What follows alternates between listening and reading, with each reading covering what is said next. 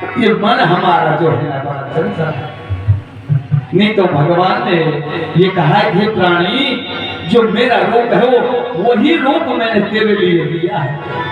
जो मेरे अंदर तेज है उसमें से ही मैंने तेरे लिए तेज दिया है। लेकिन तो कर्म ना करे तो मैं क्या करूं। जब कोई भगवान को सत्य आत्मा से पुकारता है तो भगवान खुद चल के आते हैं। आज मेरे गोविंद भगवान विष्णु तीन लोक के नाथ क्षीर सागर में विश्राम करने वाले शेषनाग जिनकी शैया होती है वो भगवान आज चलकर की और गढ़गोठा में मैया साधो के द्वार पर सुबह प्रभात में चलते। कुछ देवी देवताओं से भी पूछते हैं कि मैं किस रूप में जाऊं कि भगवान साधो माता बहुत ऊंची शक्ति है आपसे छली ना जाए। साधु रूप धर लिया मेरे गोविंद ने और साधु बन करके झोली लटका करके चल दिए। पहुंच जाते हैं प्रभात के वक्त में साधु माता के द्वार पर। मैया भगवान भोलेनाथ की भक्ति में बैठी हुई है, माला फेर रही है और भगवान ने जाकर के द्वार पर अलख निरंजन हर दुख भंजन माता भिक्षाम देहि अलख जगा। जब अलख निरंजन की आवाज माता के कानों में पहुंची मैया ने दासी को बुलाया। हीरा के हाँ मैया कि कोई योगी राज अपने द्वार पर आ गया उसके लिए भिक्षा दो। ठीक है दासी भिक्षा लेकर के जाती है। भगवान द्वार पर खड़े ही साधु भेष में भगवान दासी से मना कर देते हैं कि हे दासी मैं तेरे हाथ से भिक्षा नहीं दूंगा। क्यों महाराज? बाबा मेरे हाथ में क्या दोष है कि बेटी तेरे हाथ में दोष नहीं तेरे तो कर्मों में ही कई दोष है। कि क्यों कि जन्मी जहाँ बेटी पढ़नी जा बहू और दाए ने भाई तू दासी कहाई। हे बेटी तेरे हाथ से भिक्षा लेने का कोई धर्म नहीं। तो फिर बाबा क्या होगा कि ये होगा कि भिक्षा में अवश्य लूंगा। और जो तेरी माता है ना कि हाँ बाबा उससे कहो जैसे वो बैठी है इसी ही हाल में तुरंत मेरे लिए भिक्षा दे करके आए। अगर भिक्षा को इस टाइम पर नहीं आई और जैसे है ऐसे नहीं आई तो मैं बद्दुआ दे जाऊंगा, श्राप दे जाऊंगा। भिक्षा को लेकर के वापस दासी जाती है मैया के हाँ क्यों साधु तो भिक्षा ना दे। क्यों? क्यों तो बहुत ही अड़केलो साधु, बहुत अड़केलो साधु। अड़केलो कैसे कि बोलते तो लोग कहाँ बेटी कहाँ पढ़नी कहाँ दासी तेरा कोई दीदी नहीं है। मैया कहती है कि दासी वरण कैसे है कि माँ भूरे भूरी लटा है सूरज का सा तेज है ऐसा रूपवान साधु मैंने आज तक नहीं थी। दासी के यहाँ भिक्षा का थाल लाओ, एक दूध कटोरा मिश्री माखन डाल करके लाओ। मां मंगा लेती है और निर्वस्त्र माता आसन को छोड़ करके माला को आसन पर छोड़ देती है भगवान के चरणों में। और एक हाथ में माखन मिश्री दूध कटोरा है और एक हाथ में भिक्षा का थाल है और मैया चल देती है। जैसी मैया अपने महल की सीढ़ियों पर पांव रखती है वैसे ही मैया की सत से भगवान के भक्ति से माँ के वो केस बढ़ते हैं। और जो ऐसे केस बढ़े कि जैसे किसी आजकल शायद चल रही है ना हमारी बहन बेटी बहुत सी हमारे पुरुष भी बहुत से ऐसे भोग दिवाते हैं जो धरती में रख सकती है। ऐसे माँ के केस धरती माता के लगातार चल रहे हैं, कहीं अंग नहीं दिखता है। ऐसा सत बन जाता है। भगवान मुखड़ा फेर जाते हैं, भगवान मुखड़ा फेर जाते हैं।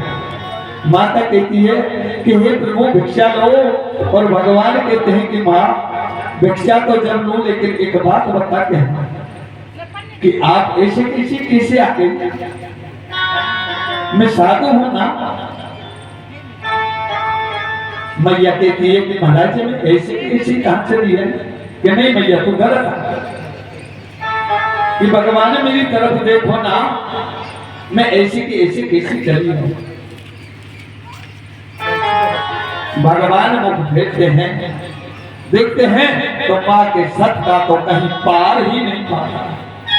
भगवान मन में विचार कर गए कि धन है भक्त और धन है भक्त की भक्ति।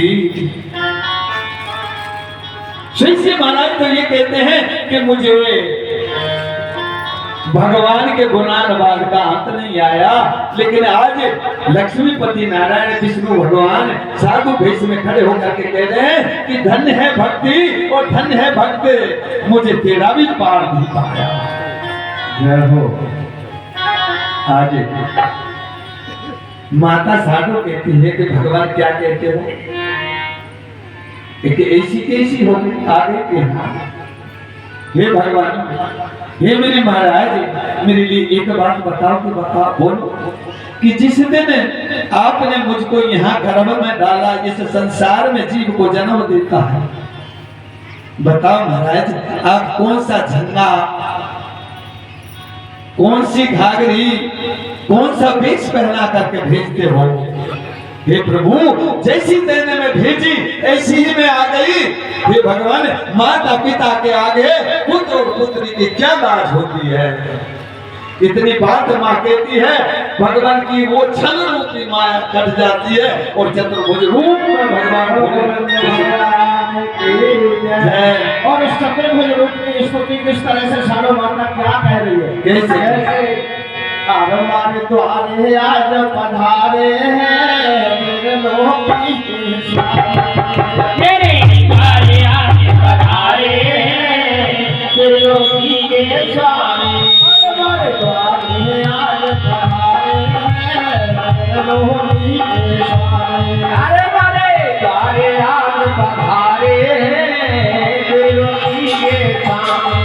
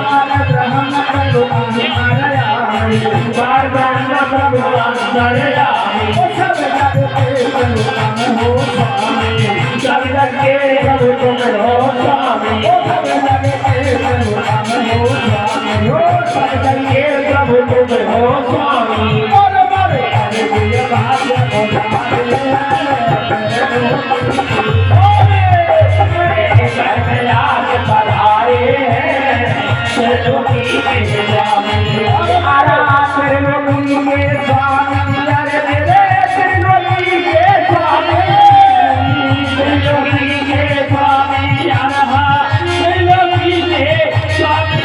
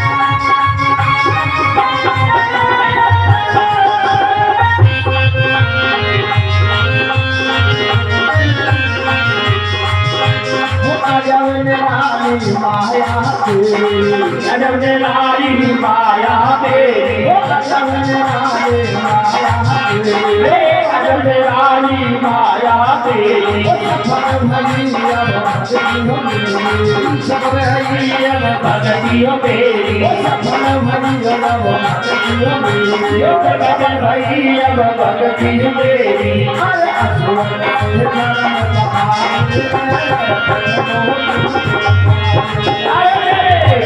राज पधारे त्रिलोकी के स्वामी हो मेरे त्रिलोकी के स्वामी यारा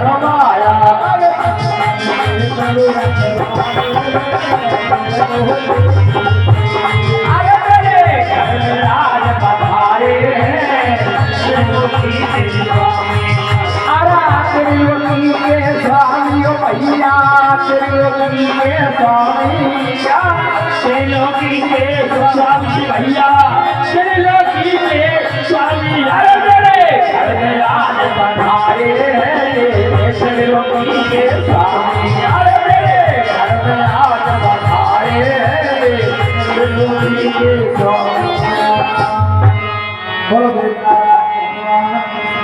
जय बोलिए विष्णु भगवान की।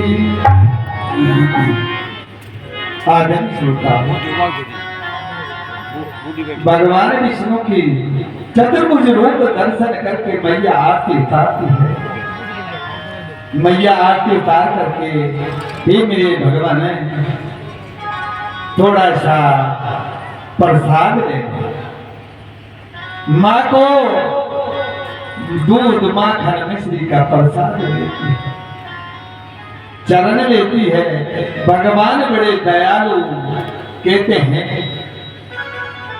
हे साड़ो हे मैया कि हाँ भगवान कि धन्य है तेरी माँ कमलावती, धन्य है तेरा पिता दूधाजी, और धन्य है तेरे गुरुदेव जिनकी तैने असीम शिक्षा लेकर के मेरी भक्ति की। हे मैया मैं तेरी भक्ति से खुश हूँ। हे मैया जो तू मांगेगी ना आज मैं वही तो माँ क्या मांगती है? मेरी बहनों बेटियों मैं व्यासों की वजह से कहता नहीं क्योंकि व्यासों के तो होता है। साडो मैया का गुरु कौन था? माँ पार्वती। साडो मैया का गुरु थी माँ साडो पार्वती, मैया पार्वती। देखिए नारी अंत बताता है कि कभी किसी बहन बेटी को जिसका पति है वो कभी पराये पुरुष से कंठी ना ले ले। क्यों कि अगर वो कंठी ले लेगी तो 3 जन्म तक कितनी भी भक्ति कर ले नरक को ही प्राप्त करे।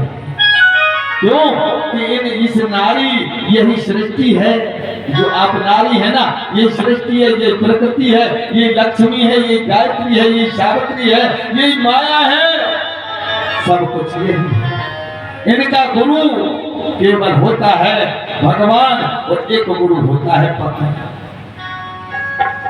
बहन बेटी को कभी भी कोई कार्य करना है अपने पति को भगवान मानो, परमेश्वर मानो, अपने माता पिता सास ससुर को भगवान मान करके सेवा करो।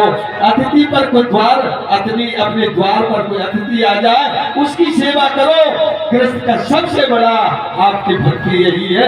इसी भक्ति से अनसुईया ने ब्रह्मा विष्णु महेश जिनको तीनों को बालक बना दिया था, किसकी भक्ति से? अपने पति परमेश्वर की भक्ति से। और जो बहुत से आजकल धंधे वाले व्यास हैं, देख ली मैया 10 रुपया चढ़ावे आइए मैया कि हाँ बाबा एरी तेरी नार में तो कंठियो ना तेरे गुरु ना बनायो मैया तेरे तो कछु एक भिक्षा साधु को भिक्षा करके को धर्म ना मैया के बाबा गुरु बन जाए। एक मैया नहा करिए संग 10 मैया है जाएंगे 500 को नोट में को 5000 चिप है। और जो पराय पुरुष नारी को बताता है, पराय पुरुष जो किसी पराई स्त्री को कंठी देता है चाहे कितना भी विद्वान हो 7 जन्म तक वो नरक में वास करता है। ये जो गुरु बनाए जाते हैं ये क्रिया के लिए बनाए जाते हैं, नहीं बिना गुरु के तो संसार में कोई है नहीं। जिसने जन्म लिया है उसका सबसे बड़ा गुरु तो माँ है, जो जन्म लेते ही हमको सब कुछ उपदेश और ज्ञान देती है। बोलिए गुरुदेव भगवान की। आज धन्यवाद देते हुए भगवान कहते हैं कि हे मैया तेरे धन है माता पिता, धन है तेरा जन्म, धन है तेरी भक्ति और धन है तेरे गुरु। आज मैं खुश हूं जो तू मांगेगी। माँ कहती है कि भगवान अन्न धन धाम का दिया हुआ आपका कोई मेरे पास कम नहीं। क्या मांगो कि माँ कुछ मांग, मैं बिना दिए नहीं जाऊंगा। जो भक्त मुझे याद करता है मैं उस भक्त को खाली हाथ नहीं रहने देता, क्योंकि अगर मेरा भक्त मेरी भक्ति करे, मुझे याद करे, मुझे बुलाए और उसको कुछ नहीं दूं तो मेरा विश्वास टूट जाएगा, भक्त बिगड़ जाएगा।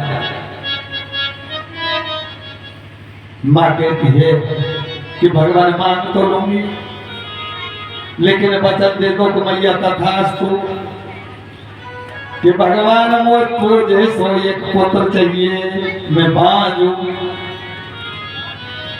मुझे सो कि मैया मुझे सो तो संसार में नहीं। तो भगवान मुझे तो ऐसे ही पुत्र चाहिए। आज भगवान कहते हैं कि मैया मेरी बात सुनो, पुत्र में अवश्य बन करके आऊंगा, लेकिन मेरी बात सुन के बोलो कि अब यहां से आगे जो समय आएगा, एक जयमती नाम की एक स्त्री इस संसार में प्रकट होगी। स्त्री रूप में एक आदि शक्ति आएगी, उसका लगन टीका तुम्हारे पति के साथ आएगा और वो तेरे पति देव राणा दुर्जन सार का उसके साथ विवाह करा देंगे। वो तुम्हारे पतियों को वचन में लेकर के वो तुम्हारी गढ़गोठा में आ जाएगी और बगड़ावत और राणा दुर्जन सार साथ युद्ध होगा। उस युद्ध में तेरे पति देवर सब चले जाएंगे, यहाँ कोई नहीं रहेगा। वो अपना कर्म क्षेत्र पूरा अपनी भक्ति के द्वारा करेंगे। हे मैया तू भोजा जी के साथ सती मत होना। क्यों कि मैया तू सती है जाएगी तो मैं कैसे आऊं? जब तेरे पति देव इस संसार से चले जाएंगे उसके बाद 9 महीना में मैं तेरी गोदी में कमल के पुष्प में से अवतार लूंगा और तेरा पुत्र कहलाऊंगा और तेरे को देव लीला दिखाऊंगा। मैया कहती है कि भगवान को न्याय चाहिए सोना। क्यों? अरे प्रभु मैं जन्म से बांझ हूं, मेरी कोई संतान नहीं हुई, पति देव मेरे संसार में नहीं रहेंगे और उसके बाद में मेरे लाला आए बोलो तो कौन जाने को भगवान है। अरे प्रभु मेरी सब शक्ति कलंकित हो जाएगी, मेरे माता पिता मेरा पीहर सासरा सब कलंकित हो जाएगा, फिर ये भक्ति कलंकित हो जाएगी। हे प्रभु दुनिया कहेगी कि जब पति थे जब तो सती के दूध नहीं जमी और पति के बाद सती आज रोज लाला जमने लगे। नहीं चाहिए भगवान समझाते हैं कि भैया मेरी बात सुनो कि मैं तेरे गर्भ से जन्म नहीं लूंगा, 9 महीना पूरे होते ही कमल के पुष्प में से अवतार लूंगा, तेरी झोली में आऊंगा, तेरा पुत्र कहूंगा। हे भैया मेरे हाथ जोड़कर निवेदन देखिए भगवान आज एक भक्त के लिए निवेदन कर रहे हैं भक्ति कैसी होती है। हे भैया तू मेरी इतनी कहने निभा दे, मेरे लिए मांडवी ऋषि का श्राप है वो पूरा हो जाएगा। हे मैया मैंने तेरे जन्म लेने का तो उसी ही समय पर वचन दे दिया जब तू अंगिरा ऋषि की पुत्री जल देवता थी। भूल गई मां? हे मैया तेरे को लालच नहीं लगने ठीक है, लेकिन ये ध्यान रखना कि तू सती मत होना। ठीक इतनी बात कहकर के भगवान आज अंतर ध्यान हो जाते हैं और अंतर ध्यान हो करके भगवान पहुंच जाते हैं दर्शन आगे मैया अपने घर पहुंच जाते। भगवान ने विचार किया कि समय बहुत खिंच जा रहा है, समय बहुत खिंचता जा रहा है, दिए हुए वचन भी ऐसे ही निकल जाएंगे क्योंकि 24 वर्ष को कितनी देर देना लगेंगे, आज 6 वर्ष होने वाली है और बगलावत छलने में नहीं आए और जब तक छले नहीं जाएंगे जब तक ये बगलावत किसी के हाथ आने वाले नहीं। आज जी वो जो आदि शक्ति जो प्रण करके कल भगवान के दरबार में सब देवताओं से पीछे आई थी उसी आदि शक्ति को याद करते हैं। भगवान आदि शक्ति आती है वो प्रभु आदि शक्ति से कहते हैं कि आप जाओ और बगलावतों को छलो। आदि शक्ति मना कर देती। क्यों मना कर देती है कि भगवान अरे भगवान ऐसा काय को कर क्यों कि वो तो मेरे बड़े भगत हैं, बड़ी सेवा कर रहे हैं। देखिए ध्यान करो हमारे लिए मानव का तन मिला है। पहली कथा में वही आदि शक्ति कह रही है कि मैं इनके मुंडों की माला पहनूंगी, लेकिन जब वो शरण में आ गए तो उसे वो भी क्षमा करने को तैयार है। हम जीव आत्मा हैं, हमारा ये कच्ची गार का मकान है, हमसे गलती होती है लेकिन गलती तो हो जाए, लेकिन गलती करके अगर कोई जीव पश्चाताप करे और भगवान की शरण में चला जाए तो भगवान गलती को क्षमा करने में देरी ऐसे दयालु भगवान। आज तो भगवान उसको बुलाते हैं और उसको समझाते हैं। ये शक्ति हमारा कि देखिए मुझे युग युगों में अवतार लेना पड़ता है। कभी भूभार आ जाता है, कभी कोई भक्त ज्यादा याद करता है, कभी मुझे प्रकृति के लिए अवतार लेना पड़ता है, कभी सृष्टि के लिए अवतार लेना पड़ता है, कभी समय के लिए अवतार लेना पड़ता है, कभी किसी भक्त के लिए अवतार लेना पड़ता है और कभी भूभार के लिए अवतार लेना पड़ता है। ये शक्ति जब जब मैं अवतार लेता हूँ, देखे मैंने जब त्रेता में अवतार लिया तो तू सीता रूप में मेरे साथ रही और इस सृष्टि का भार उतारा। द्वापर में तू राधा और रुक्मिणी बन के मेरे साथ रही, मैंने इस पृथ्वी का भार उतारा। उसी काम को अब करो, तुम्हारे बिना इसे ये काम पूरा नहीं हो सकता। तुम्हारा भी वचन पूरा हो जाएगा। तुमने उनके 24 के मुंडों की माला पहनने का वचन किया है वो भी पूरा हो जाएगा और मेरा भी वचन रह जाएगा। ठीक है भगवान, बोलो अब आप कैसे जाओगे, कैसे जाओगे? यहाँ भी देखो हमारे इसे ये मत समझना, ये सभा बैठी है ना, इसमें बड़े बड़े गुणी और विद्वान रहते हैं। बड़े बड़े गुणी और विद्वान रहते हैं और कवि महाराजों के अलग अलग लेख हैं। कोई कवि लिखता है कि शंकर भगवान ने बिजोरी कांज जी को बनाया, लेकिन नहीं, कवि हीरा राम जी लिखते हैं कि इस बिजोरी कांज जी को छलने के लिए भगवान विष्णु ने भेजा।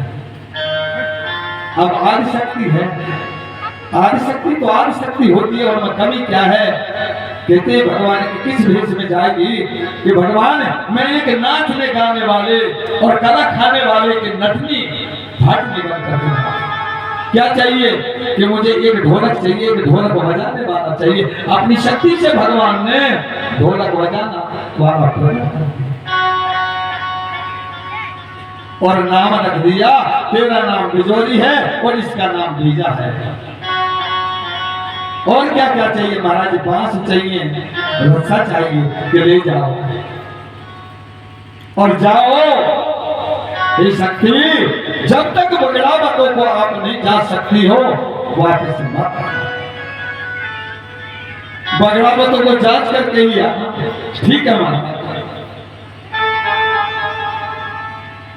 आज वो नटनी का भेष करके बीजा को साथ लेकर के चल देती है गढ़कोटा।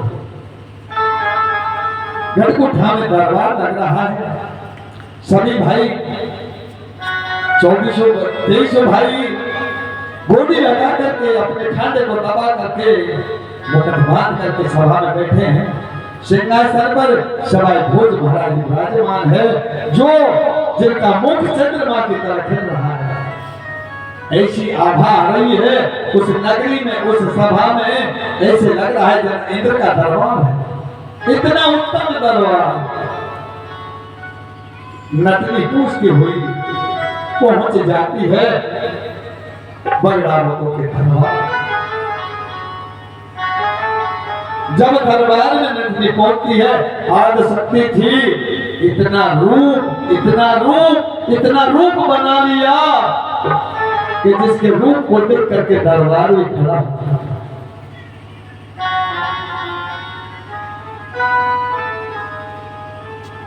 और इसके रूप के आगे तो सभी जानते हैं कि विश्वामित्र जैसे मुनि भी परास्त हो गए। नेवाजी ने कहा कि सब बैठो। नटनी से पूछने लगा कि भैया एक बात बता कि हमारा कहां से आई है, कैसे आई है, क्या बात है। भैया अगर कोई भिक्षा लेने वाली है, कोई दान लेने वाली है, तो हमारे महल, हमारे घर है, वहां जाती। ये तो हमारा दरबार है, सभा लग रही है, यहाँ आने का क्या काम है। नटनी कहती है कि महाराज मैं वो मंगता नहीं हूं, मंगता तो हूं, नटनी हूं, भाटनी हूं, मंगतन हूं, लेकिन वो मंगतन नहीं हूं जो घर से भिक्षा दूं। तो हे महाराज मैं आपका इस दुनिया में बहुत बड़ा नाम सुन करके आई हूं कि ऐसे मैंने सुना है कि गुर्जर बगड़ावत जैसा प्राणी इस संसार में अब कोई नहीं है। हे महाराज मैं आपकी आशा लेकर के आई हूं और मैं खेल करने वाली हूं, इसलिए मैं आपके द्वार पर आई। तो देवा जी कहते हैं कि आपका खेल करो, हम आपका बस्ती नगर खेल देखेगा और आपको दान जैसा चाहिए वैसा हमारे दादा भाई भोजा देंगे। कि महाराज मेरा एक नियम है। क्या नियम है? कि जिस राजा के दरबार में मैं खेल करती हूँ, सबसे पहले मैं वहां बीड़ा फेंकती हूँ। जब तक मेरे कोई बीड़ा को नहीं झेलता तब तक मैं खेल नहीं करती। नेवाजी ने कहा कि आपके बीड़ा को भी झेलेंगे। आज वो आदि शक्ति क्या कला करती है, 24 एक भाइयों के 24 पान के बीड़ा बनाती है, उनमें सोने की मोहर रख करके और उस बीड़ा को पान की तरह बना करके सबके हाथ में परोस देती। जब बीड़ा जाता है सभी के पास में, नेवाजी ने सबसे पहले खोल करके देखा, आश्चर्य हो गया। अपने दादा भाई भोजा जी से कहने लगे, दादा भाई कि हाँ भाई कि ये कैसी नटनी है, कैसी मंगतन है, ये क्या लीला है जिसके पान में सोने की मोहर असरपी हमारे पास बहुत है, लेकिन मोहर असरपी का दान कहाँ चलेगा इसके पास जिसने पान के बीड़ा में मोहर हमारे लिए भेज की है। इसका क्या करना है? आज भोजा जी महाराज कहते कि भैया जब बीड़ा खेल लिया ना तो इसका खेल करो, इसके लिए ऑर्डर कर दो और मैं जाता हूँ जो मेरे काया और माया के दाता हैं उनसे निवेदन करो। काया और माया के दाता कौन? भोलेनाथ। आज नटने के लिए ऑर्डर कर दिया, बांस गाड़ दिए, रस्सा खिंच गए। सज्जनदास जी महाराज लिखते हैं कि नटनी से कह दिया कि मुझे 4 खंड का नाच चाहिए। तूने बीड़ा फेरा पान का सोने की मोहर का, हमें 4 खंड का नाच चाहिए। ठीक है महाराज जी ने 4 खंड का नाच लिखा। इधर वो नाचने गाने की तैयारी करती है। भोजा जी महाराज गुरु रूपनाथ के पास जाते हैं, गुरु रूपनाथ के चरणों में नमन करते हैं। गुरु जी आदेश करो, मेरे ऊपर बड़ा संकट है आज। क्या कि इस तरीका से कि ठीक है अंदर मंदिर में जाओ, भगवान से निवेदन करो, वही आपके काया और माया के दाता हैं। आज भोलेनाथ से निवेदन करते हैं। कथा में सुना या ना सुना किसी ने, मैंने पहले बताया था कि जब माया दी थी भगवान भोलेनाथ ने, जब भोजा जी ने कहा था हे प्रभु मेरे साथ चलो, मेरे द्वार पर तपो, मैं आपकी सेवा करता रहूंगा। भगवान भोलेनाथ ने कहा कि हे भक्त, मुझे आपका गुरु रूपनाथ उसको ही समझना, वो मेरा ही रूप है, और जब तुम याद करोगे ना तब मैं वहीं आज आसन लगा करके मंदिर में बैठ जाते हैं और भगवान भोलेनाथ को याद करते हैं। भोजा जी भगवान भोलेनाथ प्रकट हुए। भक्त क्या बात है कि महाराज एक मंगता ऐसी आई है,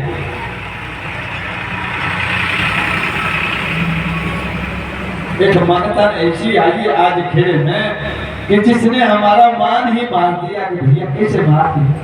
कि बीड़ा फेरे सभी भाइयों को और बीड़ाओं में सोने की मोहर।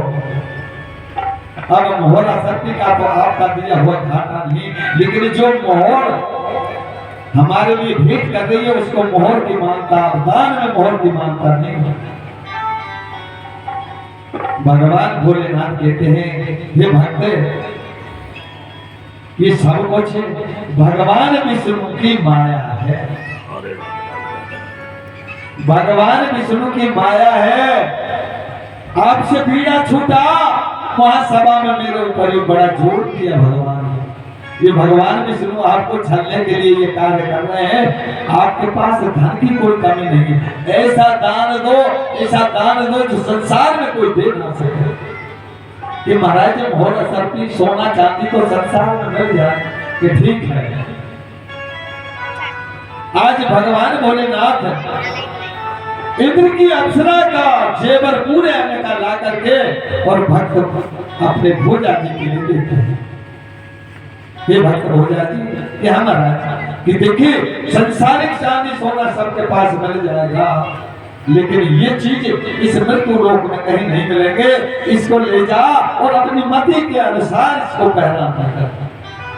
ठीक है महाराज, चरणों में नमन किया, लेकर के जेवर को आ जाते हैं। खेल हो रहा है, खेल कैसा है? आज शक्ति थी, बिना पकड़े रस्सा पे पहुंच जाए, रस्सा को छोड़ करके अधर कला खा जाए, कला खाती हुई रस्सा पे आ जाए, रस्सा को छोड़ करके जमीन को आए, जमीन में टिक ना पाए, कमर में चली जाए। सब नगर तमाशा देख रहा है, सब बड़ाई कर रहे हैं भैया खेल होते देखे, लेकिन ऐसी नटनी हम खेल पूरा हो जाता है। देवाजी कहते हैं ये नटनी कि हमारा खेल आपका पूरा हो गया, लेकिन अब ऐसा कर तेरा दान। ठीक है ना, अजमेर से सोनार को बुलाया, उस पोट से में से तुड़वा करके अच्छे अच्छे जेवर, मोहर, असरपी, हीरा जवाहरा उसको भेंट करते हैं और कहते हैं भोजा जी से देवा जी दादा भाई के हाँ अब जो चीज लाए हो ना उसको कैसे कि महाराज आधे अंग के लिए पहरा दो और आधे के लिए रख लो। हमको भी देखना है संसार में कि कोई कितना बड़ा दानी है। ठीक आज उस जो भगवान ने आधे जो जेवर दिया था इंद्र की परी का उसका आधा अंग था यानी एक हिस्सा का जेवर बिजोरी को पहना दिया। अब एक हिस्सा में वो जेवर पहना दिया और उस जेवर को देख देख करके बिजोरी अचरज में रह जाती है और कहती है कि महाराज ऐसा क्यों कर रहे हो, मुझे अधूरा दान क्यों दे रहे हो? कि बिजोरी अधूरा दान नहीं करना तो कहते कि हीरा मोती जवाहर चाहे जितने हैं एक हाथी दे दिया, ऊंट दे दिया, फिर सामान लगा और जो मैं कहूं वो करके बोल। अब यहां से तू इस संसार में जा, संसार के जो छोटे बड़े राजा महाराजा दाता दादी हैं सबको जांच करके हे बिजोरी कोई तुझे आधे को पूरे करने वाला मिल जाए तो मेरी और उसकी कीर्ति बराबर गाती रहना, और मेरे को अलग करके ऐसा जेवर तुझे पूरा पहना दे तो मेरी कीर्ति छोड़ करके उसकी कीर्ति कर। और अगर ऐसा संसार में कोई नहीं मिले तो किसी से दान मत लेना, केवल वस्त्र और भोजन। और जब संसार में कोई नहीं मिले तो तू भगत के घर गोठा में आ जाना और तेरा रहता हुआ दान लेना। ठीक है। आज बिजोरी काजी सोच रही है कि भगवान ने मुझसे कहा था क्षण किया जांच किया और इन्होंने तो मोह को भी छल लिया, संसार में घुमा।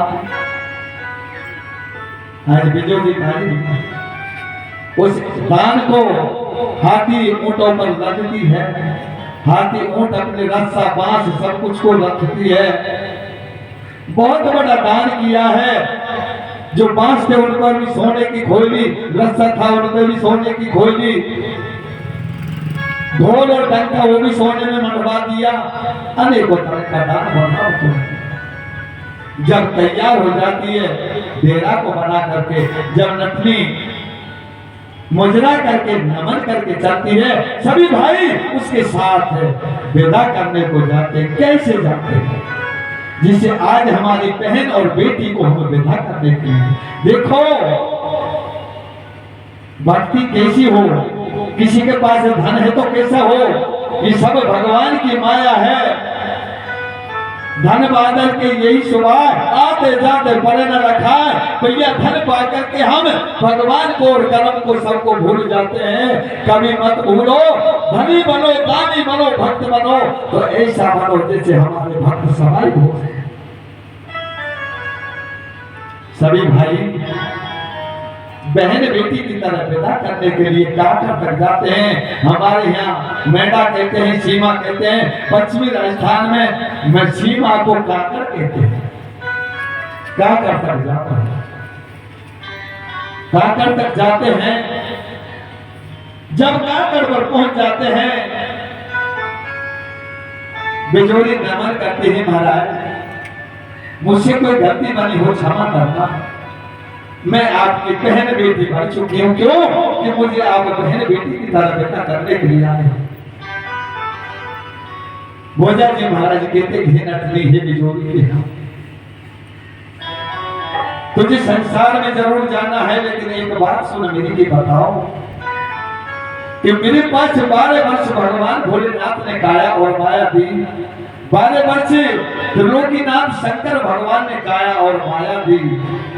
कितने हुए कि 24 कि 6 वर्ष बीत चुके, 18 वर्ष बाकी रहे हैं। ऐसा मत करना, 18 वर्ष के अंदर आ जाना, रहता तेरा दान ले जाना, और 18 वर्ष पूरे हुए बाद आएगी ना तो हम तुझको यहाँ नहीं देंगे।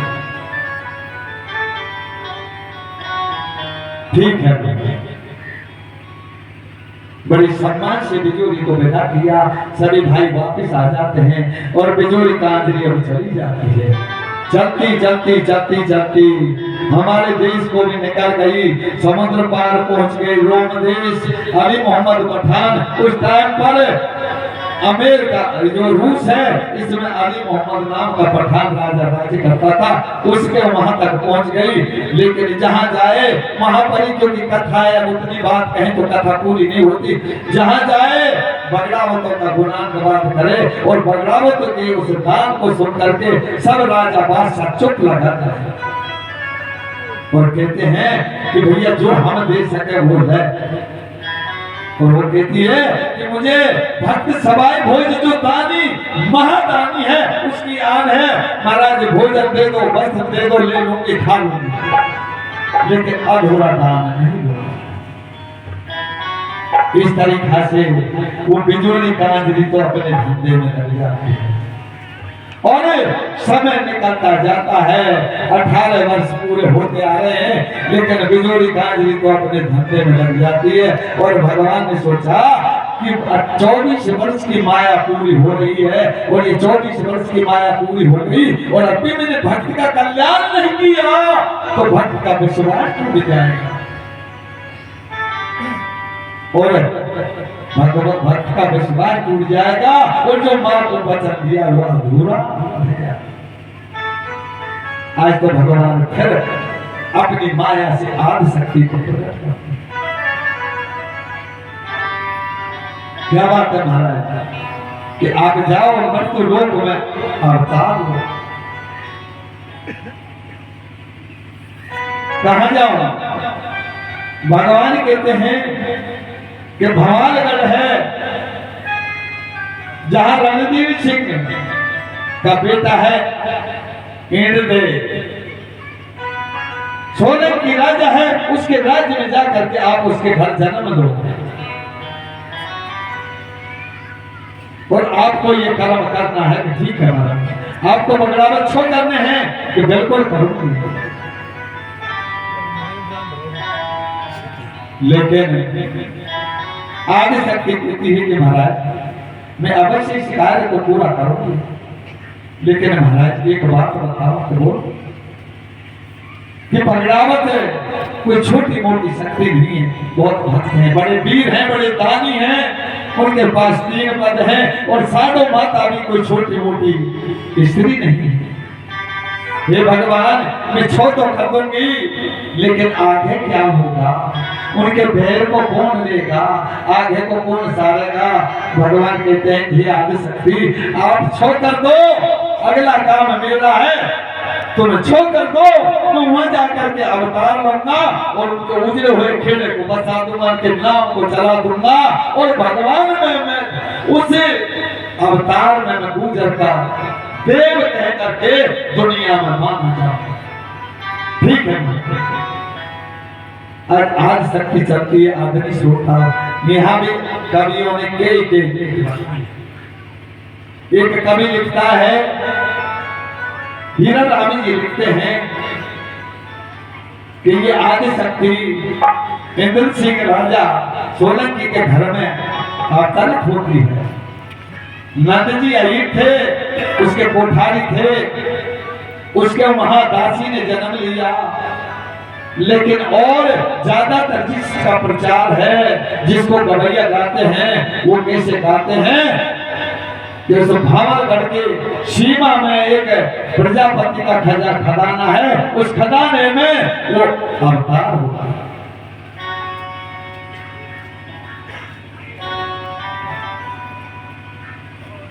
खजाने में दोनों शक्ति कन्या बन करके छिप जाती हैं। प्रजापति जाता है गाय खोजने के लिए, गाय खोजता है, ये भी लेख है, सर्वलेख है। गाय खोजता है, उसमें कन्या निकल आती है। प्रजापति वो कन्या उसको देख करके हंसने लगती है, प्रजापति देख करके ऊपर दौड़ करके आ जाता है, हिल मचाता है, रोने लग जाता है। इधर उधर से दुनिया आती है, भैया क्या बात है कि भैया हमको नहीं बताओ, राजा आ जाए तो बता दूंगा, और नहीं आए तो मैं तो नगरी छोड़ के चल जाऊंगा।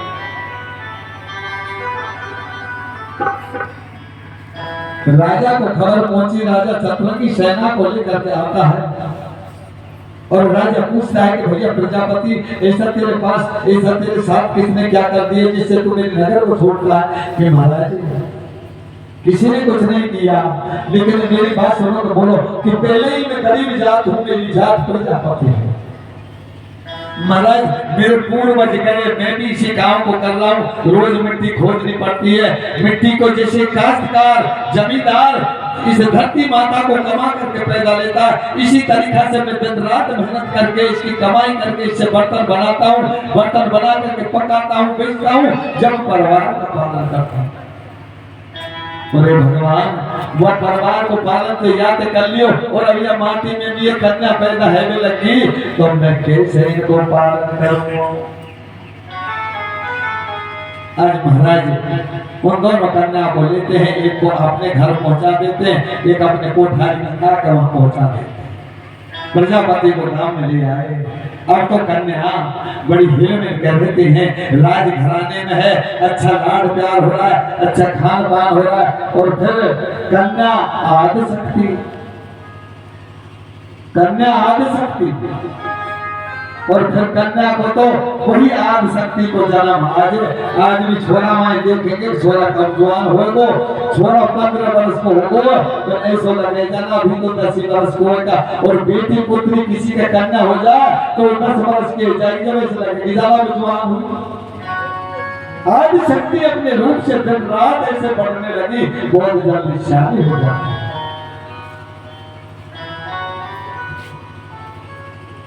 फागुन का महीना आ जाता है, गणगौर का त्योहार आता है, गांव की स्त्रियां गणगौर पूजने की तैयारी करती हैं, शहर में मंगलचार हो रहे हैं, स्त्रियां गाना गा रही हैं, बड़ा आनंद आ रहा है। एक दिन वो आदि शक्ति हीरा को बुला करके पूछती, हीरा कि हाँ भाई साहब, ये बस्ती में क्या है, ये बैर मानी, ये कहाँ जाती है, क्या काम है? कि भाई साहब गणगौर का त्योहार आ रहा है, ये गणगौर पूजने के लिए जा रही है, उसी का गान था कि हम गणगौर कब पूजेंगे? कि तू जब गणगौर पूजेगी जब तेरे पिता तेरे पे हाथ सगाई करते होते। ठीक है, आज शाम को मेरे पास रही हो। शाम को महाराज महलों में खाना खाने के लिए आते हैं। जब महाराज खाना खाने के लिए बैठ जाते हैं, दोनों ऊपर सत ठंडे पहल पर पहुंच जाती हैं और कहती है, हीरा कि मेरे साथ फुंदी लगाना ठीक है। आदि शक्ति महल से फुंदी लगाती है, कई मंजिल फुंदी लगाती है, महल थर्राने लग जाता है। राजा इंद्र देखता है कि महल कैसे थर्रा रहा है, खाने को भी छोड़ दिया, इतने में तो उतर के हीरा नीचे आती है। हीरा से पूछते हैं, हीरा कि हम कि महल किस कारण से फैलाया? कि आज मैंने और भाई ने फूंक लिया। अच्छा, महाराज ने सोचा कि पुत्री जवान हो गई, हमको ध्यान ही नहीं, जिसके फुंदी लगाने से मेरा सतकंडा महल कांपने लग गया, कन्या जवान हो गई और हमको कोई ध्यान नहीं। महाराज खाना खा करके आ जाते हैं, आराम करते हैं, दिन उगता है, कचरी को लगाया, नाई और ब्राह्मण को बुला, नाई और ब्राह्मण को बुला लिया। नाई ब्राह्मण को बुला करके कहो महाराज, ब्राह्मण से कहा कि ब्राह्मण देव ने हाँ कि भैया हमारी पुत्री का लगन टीका ले जाना है। कि महाराज कहाँ ले जाना है? कि भैया मेरी पुत्री जैसा पर हो और मेरा जैसा घर हो, घर भर को देख करके मेरी पुत्री का टीका चढ़ाना। बामन रजवाड़े हमारे बहुत बड़े। ठीक है महाराज, नाई को बुला लिया, नाई भी आ गया कि महाराज इतनी दुनिया में हम डोलेंगे, हम तो थक जाएंगे, हार जाएंगे, हमारी व्रत अवस्था। कि भैया ऐसा करो, मेरी घुड़साल में से अच्छे घोड़े ले जाओ। कि महाराज अच्छे घोड़े तो हमको फेंक करके डाल करके चले जाएंगे, भाग जाएंगे, हमारे बस में नहीं होगा। कि ठीक है आप बुढ़े ले जाओगे। हम महाराज उनको राजा खर्ची बानी भी दे देता है, घोड़े दे देता है।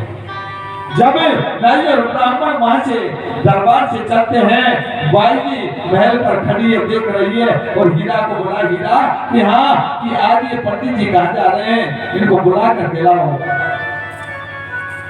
आप भी कहती है कि महाराज आज कहाँ, हीरा बेटी गिला बुला करके पंडित जी महाराज ब्राह्मण देव को और उस सैनी जी को अपने महल में बुला लिया, आसन डाल दिया, मुंह हटा दिया, कुर्सी डाल दी, बड़े आदर सत्कार से बैठा।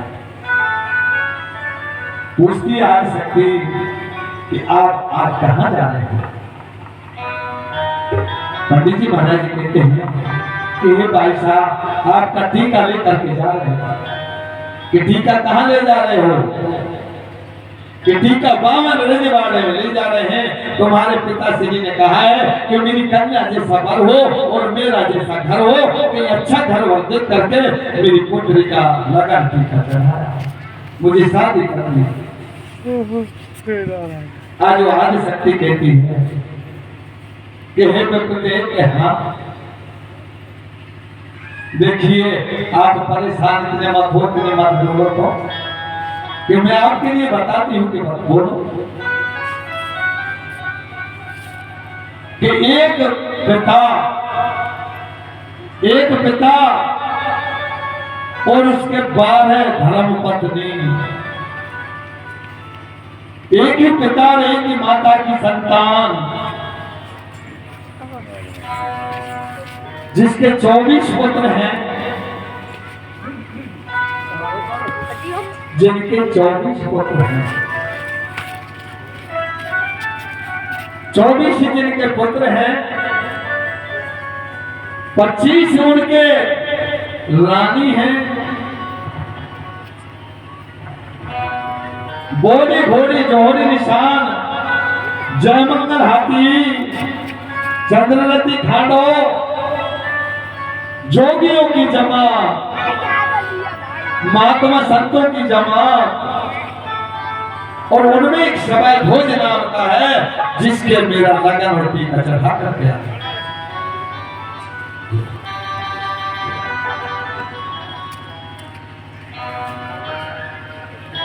जिसके ऊपर मेरा ये लगन टीका चढ़ा कर गया ना। भगवान का भेंट करते हुए कथा में बढ़िया कहते थे, देखना ये बात है तो सम्मान तो यही है, सम्मान भैया या भगवान को मैं तो कौन सी जो मेरा कोई सम्मान कर। एक बात